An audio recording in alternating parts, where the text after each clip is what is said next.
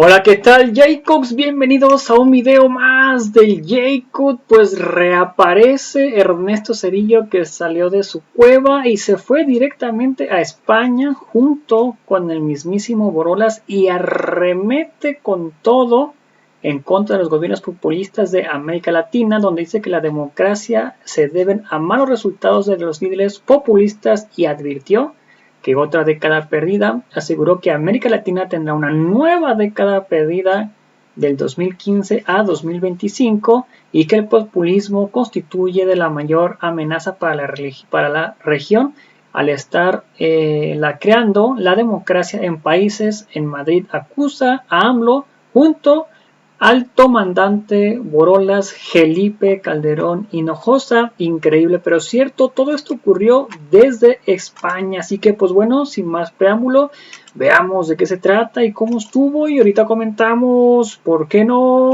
Presidente Calderón, se me viene a la cabeza que mi tarea como presidente debió haber sido un poco compleja, o bastante compleja, porque fíjense ustedes quiénes eran los jefes de los dos grandes partidos de oposición en México. Eran dos señores que con el tiempo llegaron a ser presidentes de México, el presidente Calderón y el actual presidente. Así que la tarea no era nada sencilla, pero siempre que lo veo lo saludo con afecto, con respeto, con cordialidad, ¿verdad? Y qué bueno que ya no estamos en la política.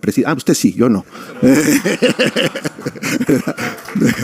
Pero en fin, decía que el tema es un tema muy cercano a mi preocupación, aunque en realidad soy profesor de Economía Internacional, me ocupo también de los temas de América Latina.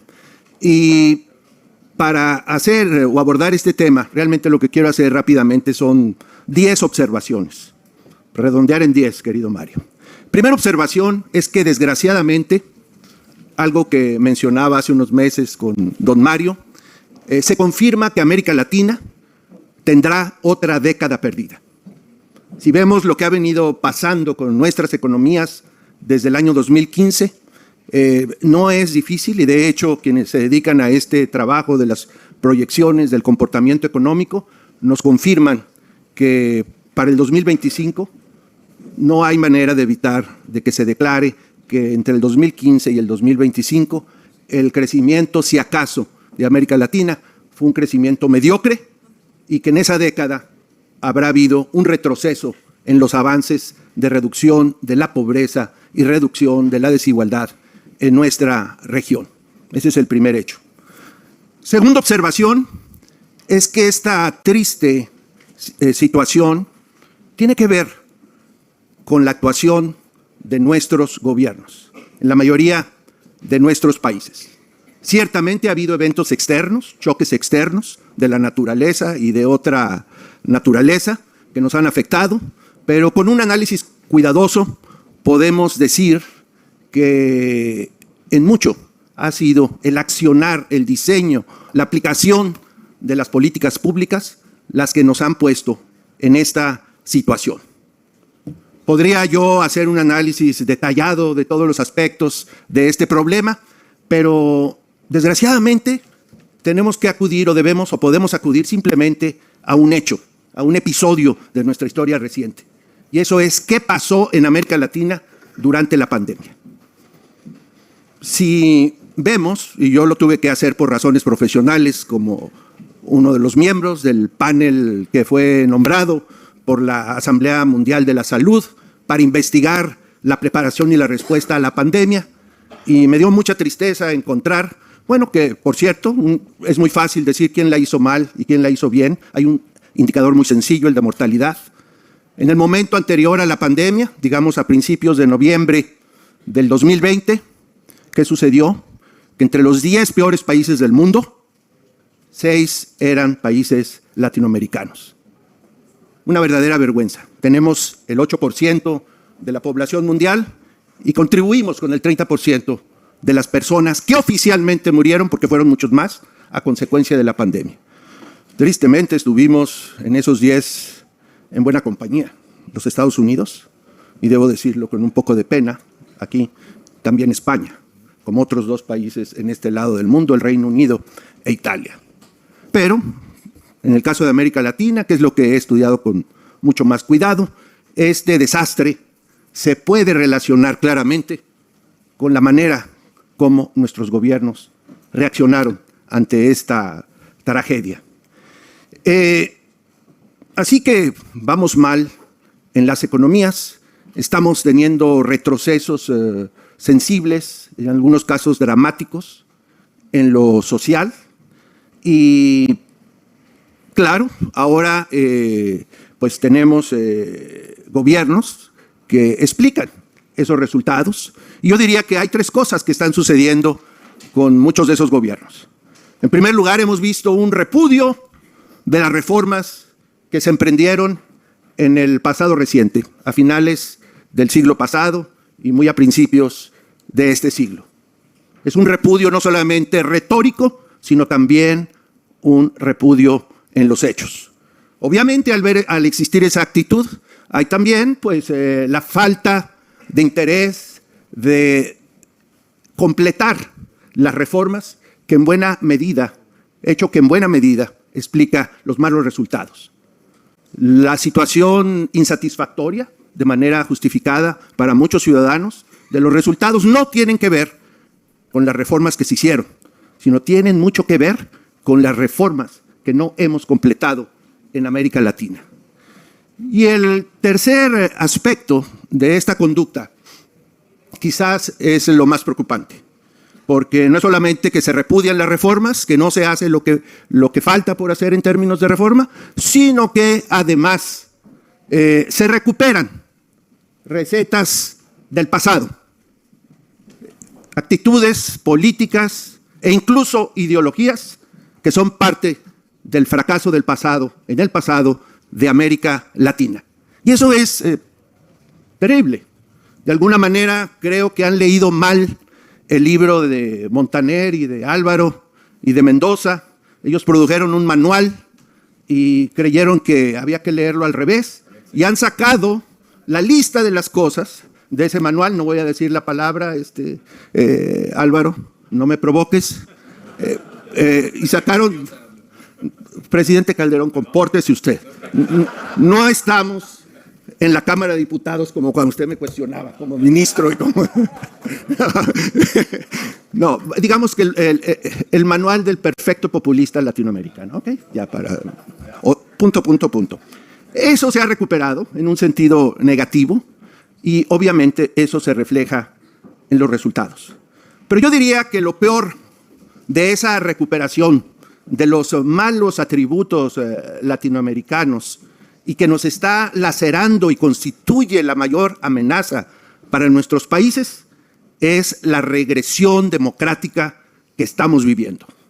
Lo que estamos viendo pues son muchos gobiernos donde los liderazgos han surgido como en los populismos clásicos, prometiendo que el maná caerá del cielo, fórmulas mágicas para resolver nuestros problemas y culpar siempre a los otros. Los otros puede ser el pasado, los otros pueden ser los extranjeros, los otros pueden ser hasta gente de este lado del océano, y nunca se reconoce pues la responsabilidad propia para enfrentar y resolver esos problemas. Y esa es la historia del populismo, porque acceder al poder con demagogia. Pero eso sí, en estos casos la mayoría de esos liderazgos populistas accedieron al poder gracias a la democracia que otros construyeron. Toman el poder con la democracia y la primera tarea es empezar a erosionar, a destruir la democracia que con tanto trabajo se había venido construyendo en América Latina. ¿Cómo se hace? Bueno, primero hay que buscar formas de acallar a los críticos, intimidarlos, arrinconarlos, censurarlos de muchas maneras. ¿Cómo se hace? Debilitando los otros poderes del Estado, que fueron creados ciertamente para dar equilibrio, crear pesos y contrapesos y que no se den abusivas conductas desde los poderes ejecutivos. Y la historia de cómo se hace, pues la sacan del manual mal leído de Vargas Llosa y Montaner. Lo importante es debilitar la democracia. ¿Para qué? Para que muy pronto puedan tener el poder y la autoridad de los déspotas, porque ese es el ciclo: populismo, despotismo, autoritarismo, fascismo y en algunos casos la aspiración de la dictadura. Hay que decirlo con toda claridad. En fin, todo esto pasa en un momento muy desafortunado. Yo coincido con la descripción que hacía el presidente Aznar sobre el estado del mundo. Vivimos un momento económico sumamente delicado. Por primera vez en 40 años, más de 40 años, vemos la economía global moviéndose a una recesión global, al tiempo que vemos la inflación creciendo como no había ocurrido en muchísimas décadas. Y esto tendrá consecuencias muy complejas, ciertamente, para los países de América Latina. Ocurre también en un momento geopolítico extraordinario por lo grave y por lo malo, que es la criminal agresión. El señor dice que es una operación especial. Si es una operación especial de crimen, de destrucción, de genocidio, es la agresión contra Ucrania. Y esto promete crear un desequilibrio mundial en la geopolítica que hemos conocido en las últimas décadas, de terribles consecuencias. Ni siquiera quiero pensar en que el botón se toque, pero aún antes de ese momento hay un panorama ciertamente complejo, no solamente por la conducta del señor Putin. En honor a la verdad, hay otras partes culpables en este desorden, quienes han decidido en algunos momentos apartarse del derecho internacional, socavar al sistema multilateral, no resolver los problemas con las herramientas que hemos creado los humanos, principalmente la diplomacia y la política, y no doy nombres, tienen también culpa de este desorden. ¿Qué ocurrirá con América Latina en esta circunstancia? Algo va a pasar, para bien o para mal.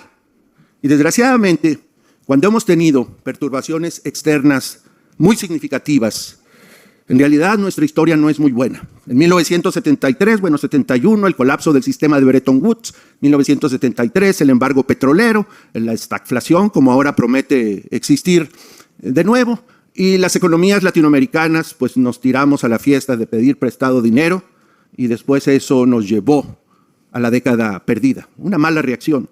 Mientras otros países emergentes hacían su tarea, nosotros no la hicimos. Eso sería lo malo en este momento, que tuviéramos la reacción equivocada. Bueno, a lo mejor puede pasar algo, que este choque nos haga reaccionar, incluyendo a los liderazgos populistas que tenemos en América Latina. Esta es su gran oportunidad de rectificar, como la pandemia fue la gran oportunidad para rectificar muchas cosas que habían comprometido, y la pandemia, y algunos lo dijeron, que era una gran oportunidad, pero en otro sentido creo que estaban pensando, ¿sí? Pero esta es de nuevo una oportunidad para decir, ciudadanos, tomemos en serio el problema de desarrollo democrático, de desarrollo económico, de desarrollo social, y actuemos con responsabilidad, porque la situación en el mundo es muy compleja. Si ese fuera el caso, y obviamente esto suena simplemente como un buen deseo, y no veo por qué no tenga el derecho a tener buenos deseos, entonces a lo mejor podemos dedicarnos a hacer las cosas que son indispensables para salirnos de esa trampa de predesarrollo en la que hemos estado atrapados en Latinoamérica. Y para salirnos de esa trampa de predesarrollo, pues tenemos que atacar, yo diría básicamente, 3 enfermedades. Una que ya señalaba el presidente Aznar, que es la debilidad de nuestro Estado de Derecho, muy importante. Otra trampa es la trampa del bajo crecimiento económico y el bajo crecimiento en la productividad. Y la otra trampa, muy importante, es la trampa de la desigualdad y la pobreza. Todos estos problemas obviamente son muy difíciles de resolver, pero no imposible de resolver. Se requiere, antes que nada, una ética de responsabilidad política por parte de nuestros liderazgos, de nuestros partidos políticos y también, ¿por qué no decirlo?, de parte de nuestros ciudadanos. Que aprendamos a no escuchar el canto de las sirenas. Que aprendamos a deliberar sobre los problemas que enfrentemos. que aprendamos a llegar a acuerdos. Siempre vamos a pensar diferente, pero tenemos que llegar a acuerdos sobre las cuestiones fundamentales que nos han impedido hasta ahora ser lo que queremos ser. Sociedades realmente libres, democráticas, con oportunidades de progreso para todos los ciudadanos que quieren y tienen el derecho a ese progreso. Muchísimas gracias. Muchas gracias, presidente Zedillo. Presidente Calderón tiene la palabra. Gracias. Muy buenas tardes. Quiero agradecer a la Fundación Internacional para la Libertad, a don Mario Vargas Llosa, a quien he admirado pues, toda mi vida, a la invitación a celebrar este aniversario y saludar a mis compañeros expresidentes, el presidente Aznar, el presidente Zedillo, al juez y ahora senador Moro también. Agradezco mucho esta afiliación involuntaria al Atlético de Madrid, pero no me muy en cuenta, yo me habían hecho miembro honorario del Real Madrid alguna vez, en fin. Pero yo soy fanático del Morelia, aunque ya me tiraron al equipo, ni modo.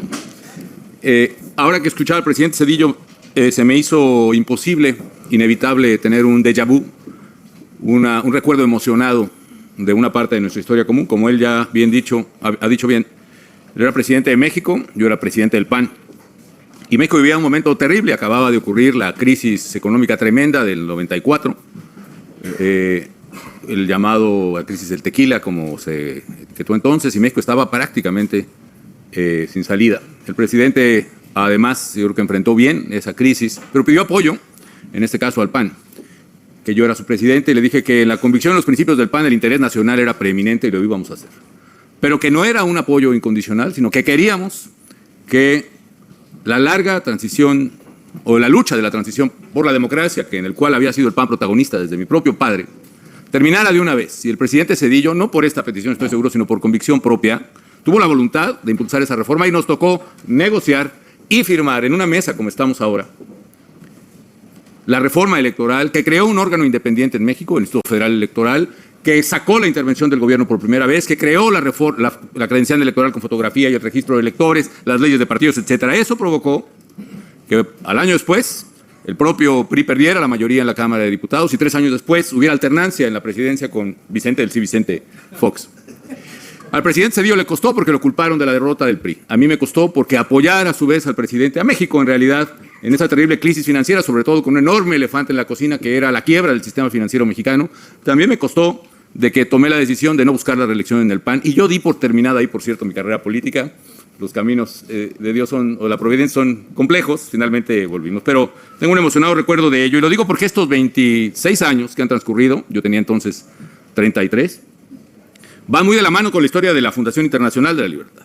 Empezó la democracia en México plena, digamos, pero hoy, amigas y amigos, en este aniversario quiero decir que es una democracia que está a punto de caer. Y a punto de caer me refiero quizá en un mes más. Y voy a demostrar un poco. Hay muchas cosas que decir, por darle orden. Yo sigo este ensayo, este libro célebre que se llama ¿Cómo mueren las democracias?, de Steve Levinsky y Daniel Ziblatt, donde habla precisamente de que las democracias mueren a manos de gente, lo que ya mencionó el presidente Zedillo, curiosamente que fue electa democráticamente, como Hitler fue electo democráticamente, como Mussolini fue electo democráticamente, y Hugo Chávez y Daniel Ortega, etc. Y ellos en su libro proponen un test que sobresimplifico en esta tarde, que tiene 4 pruebas fundamentales para saber si un régimen es democrático o no. La primera es si el poderoso acepta o rechaza, con palabras o con acciones, el juego democrático. Y afirmo que el poderoso en México rechaza el juego democrático, no solo porque nunca ha reconocido el resultado de una elección, salvo en la que él ganó, y por poco lo desconoce también, ¿no?, sino, incluso antes de ser presidente, contra lo que dice la Constitución y la ley, organiza un plebiscito no guiado por la autoridad electoral en México, no, sino por sus propios partidarios, en donde decide, con muy poca o absoluta irresponsabilidad más bien, si se va a terminar de construir el Aeropuerto Internacional de México o no. Un proyecto que nos tomó a varias administraciones mucho esfuerzo para un diseño. Uno que iba a ser uno de los 5 aeropuertos más grandes del mundo. 6 pistas, 3 simultáneas, digámoslo así, y que finalmente se canceló a un costo directo de casi $15,000 millones para México, sin contar las externalidades que deben morder el PIB de manera importante, de tener un país obstruido e incomunicado de manera aérea con el mundo como debiera ser. Luego inició una serie de medidas también antidemocráticas. Ustedes recuerdan a los emperadores o los dictadores romanos en el circo que le preguntaban al coro, a la audiencia, a mano alzada y a voz en cuello si se mataba o se perdonaba a la víctima. Pulgar arriba o pulgar abajo. Y ya se mencionó esta mañana por Roberto Salinas, el espíritu de la Asamblea Francesa, el pueblo en la calle decidiendo a grito, a voz en cuello, si se ejecutaba en la guillotina. Bueno, pues también el presidente Zedillo y yo tuvimos el honor de pasar por esas horcas, porque el presidente pone al referéndum si los expresidentes, entre esos los presentes, debemos ser juzgados o no, sin pruebas, sin acusación, sin presunción de inocencia, sin procedimiento legal. Nada más a ver qué dice el César en el Coliseo, si los juzgamos o no. Otro acto antidemocrático es el ataque constante al INE. Le ha bajado presupuesto, agrede a sus consejeros, los amenaza. Ahora, por eso digo que el mes próximo puede caer la democracia, tiene una reforma que pretende desaparecer al INE, a la autoridad electoral que creamos con el presidente Zedillo, y poner en su lugar autoridades que van a ser electas popularmente, es decir, las huestes del partido del presidente, decidiendo la suerte de las elecciones. Amenaza y chantajea a fin de someter a los otros poderes. Ministros de la Corte que se han opuesto a criterios del presidente, que son obligados a renunciar con chantajes que incluye la congelación de sus propias cuentas bancarias y las de su familia. Diputados y senadores obligados a votar con presiones, extorsiones verdaderas a favor del presidente. Segunda prueba del test de democracia. ¿El que tiene el poder rechaza la legitimidad de sus oponentes o no? Por supuesto que no. No hay una visión de que un ciudadano tiene el derecho a discrepar del presidente, sino que somos conservadores, fifís, que por cierto entiendo es un apodo del siglo XIX de un carácter homofóbico, porque fifí es un rico amanerado en aquella época. Somos gente que perdió el privilegio, somos gente que somos corruptos, etcétera, etcétera, e incluso somos traidores a la patria. A grado tal que quienes votaron en contra de la reforma eléctrica, un retroceso en México, fueron acusados ante la Fiscalía por el partido del presidente por traición a la patria. Todos los diputados y todos los senadores y todos los que nos opusimos a esa monstruosidad. No solo se desconoce la legitimidad, sino se persigue a los adversarios. Se nos persigue más bien. El principal candidato opositor a López Obrador, independientemente de mis discrepancias con él, está perseguido y protegido en Estados Unidos por acusaciones absurdas. Yo mismo tengo 6 carpetas de investigación en mi contra de carácter penal, de las cosas más ridículas que no los puedo platicar. Tercera prueba, entonces, no cumple con el criterio democrático en esta. Tercera prueba, se tolera o se fomenta la violencia. En México se tolera que grupos de presión bloqueen 40 días la línea ferroviaria más importante del Tratado de Libre Comercio. La línea ferroviaria que va de Lázaro Cárdenas en el Pacífico hasta Kansas City en Estados Unidos, bloqueada 40 días por grupos de presión. Las carreteras tomadas por grupos que cobran a los turistas en la carretera dinero y el gobierno lo tolera. Y no es ni siquiera lo más grave en la materia. Creo que lo más grave, a mi juicio, es la política que el propio presidente anunció desde campaña respecto de la delincuencia, que se llama abrazos, no balazos. Partiendo de la tesis que un servidor, que es la afirmación de esta narrativa que ha tomado el poder, de que es una equivocación combatir a la delincuencia con la fuerza de la ley y del Estado, entonces la alternativa es no combatir a la delincuencia. Y el Ejército, las Fuerzas Armadas tienen instrucciones del presidente de no combatir a la delincuencia, de hacer patrullajes, pero no enfrentarlos. Hay videos en que se humilla a los soldados cuando son agredidos por ladrones de gasolina, por criminales que son perseguidos, los soldados, y tienen la orden de no responder. Esto ha provocado algo que me parece un problema medular en México, que es la captura del Estado por parte del crimen organizado. Es decir, hay regiones del país que hoy están ya en manos del crimen organizado y el narcotráfico. Las filtraciones del archivo digital del Ejército Mexicano, que se filtraron, valga la redundancia, hace unas 3 semanas, revelan informes del Ejército, por ejemplo, que en varios estados, por cierto, todos gobernados por Morena, el partido del presidente, el crimen organizado ya tiene el control de las autoridades de justicia y de la seguridad pública. Hay un estado donde se designó jefe de la policía y de la Secretaría de Seguridad Pública al jefe de un cártel. Y ese estado lo gobernaba en ese momento quien es ahora el secretario de Gobernación en México. Esta captura del Estado, por ejemplo, el jefe del Estado, el Comando del Norte en Estados Unidos, en una comparecencia en el Senado americano, dijo que calcula Estados Unidos que el 35% del territorio mexicano está ya en manos del crimen organizado. Y esto lleva, por supuesto, al efecto de que México vive la ola de violencia más alta. A mí se me ha criticado mucho por eso, pero hoy están muriendo en México asesinados casi 100 personas al día. Casi 3 veces más que al final de mi gobierno tan criticado. Otra cosa, el cuarto y último, perdón que me extienda, si el poder amenaza o restringe las libertades civiles, incluyendo las de la prensa. Restringe libertades civiles, sí. Ante la falta de participación política, y a eso me referiría hacia el final de mi exposición, organizamos un movimiento maravilloso que se llamó México Libre, con mucha gente que quería participar en política. Y en tiempo récord, en menos de un año, afiliamos a 260,000 mexicanos a través de una aplicación en teléfonos inteligentes supervisada por el INE. Hicimos 242 asambleas distritales de 300 posibles. Y teníamos el registro a las 2 de la tarde por unanimidad en el dictamen del Instituto Electoral. Vino la presión del gobierno y a las 5 de la tarde nos habían quitado el registro. Vaya, antes nos hacían fraude electoral, ahora ni siquiera nos dejan participar. Restringe las libertades porque hay un ambiente de linchamiento a quien critica el gobierno. Ejemplos de periodistas que han sido sacados de los medios de comunicación donde participaban. Carlos Loret, que era el áncor estrella de Televisa, fue sacado de Televisa. El propio Víctor Trujillo, en fin, muchos otros. Ahora denuncian desde medios independientes e internet la corrupción del gobierno actual de México, a pesar de que dice que se acabó la corrupción. Han sacado videos del hermano del presidente recibiendo dinero en efectivo, otro video de otro hermano del presidente recibiendo dinero en efectivo, videos de colaboradores recibiendo dinero en efectivo. El periodista, desde la presidencia, ha sido atacado de manera tal que contra la ley, violando los datos fiscales que son reservados, el presidente mismo publica su ingreso, la casa donde vive y el valor de la casa donde vive. Y este hostigamiento viene a todos quienes discrepan o discrepamos. Por ejemplo, el presidente en sus 3 años y pico de gobierno, ¿saben cuántas veces me ha mencionado? 830 veces. Yo creo que hay, como dije alguna vez, siguiendo una caricatura que le ponía, una película de caricaturas que le ponía a mis hijos cuando era chiquitos, algo anda mal, ¿no? Hacía el cochinito en la película de Toy Story, en fin. Hay una cosa ahí que está mal, en fin.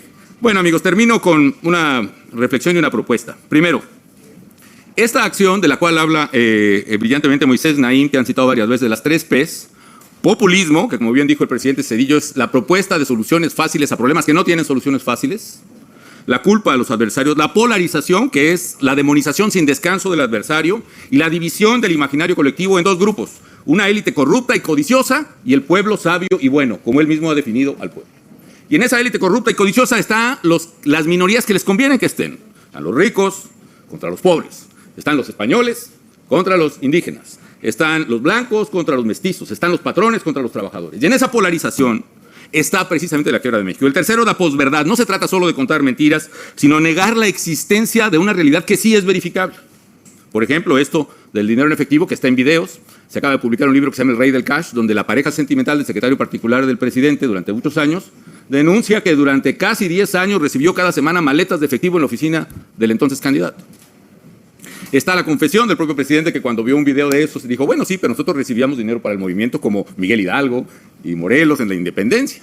Es una prueba confesional. En fin, y sin embargo la respuesta ha sido ahora ante este libro apabullante es, no tiene ninguna evidencia de que eso haya ocurrido. O lo que dijo el presidente, ¿saben cuántos mexicanos murieron midiendo lo que se llama el exceso de mortalidad durante la pandemia? Es decir, el número de mexicanos que murieron por encima del promedio de los últimos 3 años, 720,000 mexicanos. La mayor mortalidad en la historia de México, por lo menos en los últimos 200 años, más que en la revolución, desde luego. Y sin embargo, el presidente dice y su gente que México es un ejemplo para el mundo en el manejo de la pandemia. Es decir, hay una realidad que no existe y la realidad que es demostrable con datos desaparece. Finalmente, la propuesta. ¿Qué hacer? A mí cuando en la calle me ven, presidente, qué gusto, etcétera, etcétera. ¿Qué vas a hacer? ¿No? Haz algo. Digo, no, señora, ¿tú qué vas a hacer? ¿No? Yo ya hice, yo ya le gané, ¿no? Una vez o 2, dicen que le gané 2, una. Vamos a hacer. Y lo que necesitamos hacer es participación ciudadana masiva en México y en América Latina, que es la gran ausencia. Nosotros somos culpables de un divorcio brutal entre política y ciudadanía. Y curiosamente, yo le he dicho a mis alumnos, política y ciudadanía son sinónimos. Política viene del griego polis, que significa ciudad, y ciudadanía viene del latín civitas, que significa también ciudad. Política y ciudadanía son características, condiciones de una persona que están separadas, y en esa separación está la tragedia de América Latina y creo que de muchos países. ¿Y qué tenemos que hacer? Tenemos que hacer que los ciudadanos sean políticos. Mi padre decía que la política es tan importante que no podemos dejársela a los políticos. Hay que participar. Y que los políticos entiendan y sean los propios ciudadanos. Y para ello hay varias cosas que hacer. Primero, ahí lo mencionaron los empresarios en la mañana, Nicolás, Dionisio, magníficas exposiciones. La educación, ¿dónde están? La educación, pueden intervenir, hay que formar en política y hay que quitar este prejuicio estúpido, perdón la palabra, de que la gente buena no se mete en política, de que la gente honrada no se mete en política, de que la gente venerable no se mete, tiene que meterse en política con todo, con todo.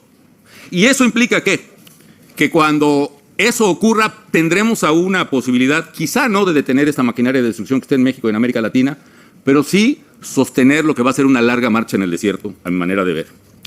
Si la política es eso, entonces tenemos varias opciones. Primero, hay que abrir a fuerzas los partidos políticos existentes que se han cerrado. Yo digo que el PAN le pasó la tragedia de los cadeneros. En México, cuando hay un centro nocturno, en mis tiempos eran discotecas, ahora se llaman antros. ¿Quién tiene el poder? El cadenero. Es el que está en la puerta con la cadena. Y él dice quién entra. Y en el PAN, en aquella larga marcha del desierto de 70 años, bajo otro autoritarismo, el esfuerzo era por traer a los mejores y más brillantes al boticario del pueblo, al maestro universitario, al empresario. La mayoría, solo uno de 10 aceptaba, pero con esos fue mejorando la militancia y los candidatos del PAN.